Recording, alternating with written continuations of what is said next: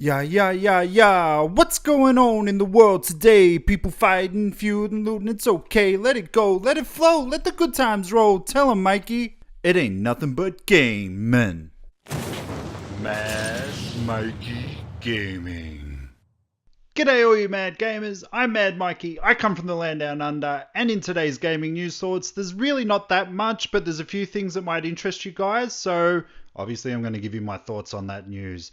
But guys, I know you've got two thumbs, I only want one, so if you like it, hit the like button, and don't forget to tell your mother, tell your father, tell your brother, tell your sister, my cousin Nico! Tell him to. And tell all your friends about Mad Mikey Gaming, because they might like games. Now, as I said, there really isn't that much to report on. There's a few little bits here and there. There's just a bit of a follow-up on a few weeks' news that's been out. First off, we've got Outlast 2. Now, there was a bit of confusion that came out. So, Australia was first denied classification. Now we've been given an R rating on the game. We told that it was going to be modified, but then the guys over at Outlast were telling us, no, there's going to be one copy going across the world.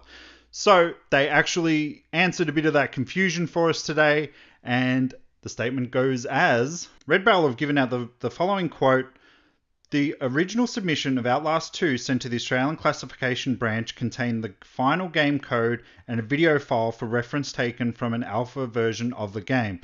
This video file should not have been sent along with the game code, as its content was not representative of the final game.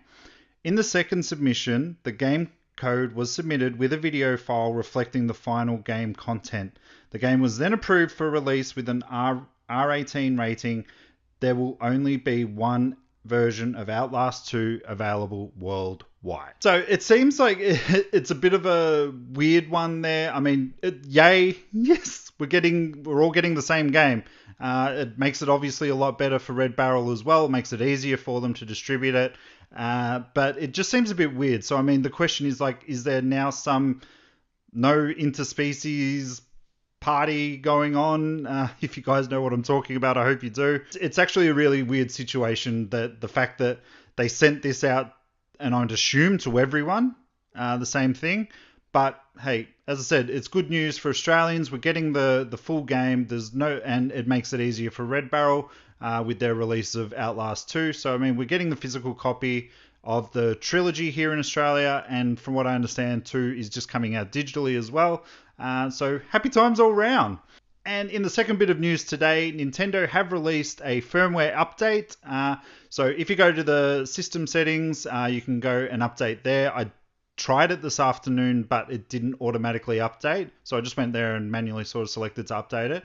As Nintendo always are, they're keeping it very close to their chest. It's really just stability issues that they say that they're addressing.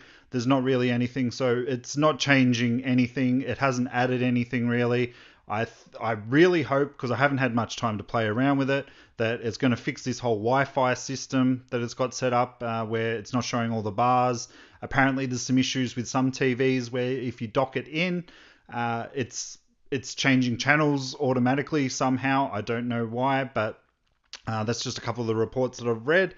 And look, I don't think you're going to expect anything dramatic change soon, but they do need to get that friend system sorted so that you can get for groups, because Mario Kart's just around the corner. They've just had the Splatoon Fire, whatever Fire it was.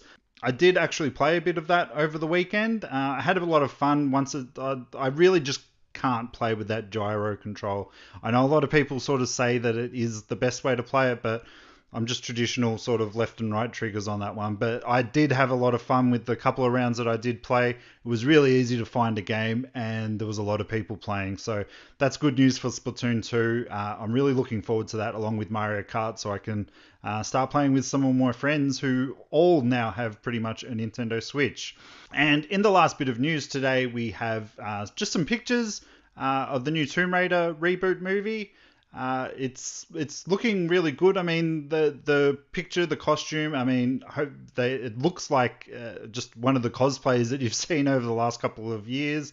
So hopefully they brought in some cosplayers to give them some jobs, to give some art direction with this. That's generally what they do for these game franchise movie sort of things. It's actually, from what I've read of the synopsis, it's saying that it's taking some sort of sections of the first Tomb Raider rebuilt, and as well as a few elements of Rise of the Tomb Raider. So it basically says that it's playing out that she's sort of shunned her past, her father. She hasn't been looking for him. She's like a delivery person and whatnot. But then obviously the lure of her legacy and her future just is too much, and she goes looking for him in Japan, which was his last known area. When it sort of comes to video games, to movie adaptations, there's obviously some really good ones, but there are a few stinkers out there.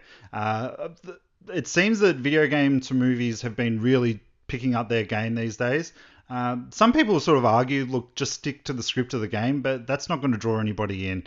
That way you're going to know how it starts, you're going to know what happens in the middle, and you know how it's going to end. So I think it's really good that they try and get a bit creative with these movies, and hopefully they really pull off Tomb Raider, because I really enjoyed the original ones with Angelina Jolie. It was really uncanny how well just her face was proportioned and sort of matched what that original Tomb Raider looked like. It's a bit weird that they haven't brought on the actual actress. I can't remember her name from the actual Tomb Raider games that they've reboot, because they modeled it after her. The voice is obviously hers. So I thought it was a bit weird that they didn't go with her. But again, they're trying to do something different. But guys, that's it for today. Sorry that it was a bit light. There wasn't really much to do. I'm going to be home all week. So if there's any sort of pressing news that I want to bring out, I'll obviously be able to do that straight away. But guys, thank you so much if you waited till the end. Don't forget to like, share, subscribe, all those awesome things. And I will see you either tomorrow or the next day with some more gaming news thoughts. Bye guys.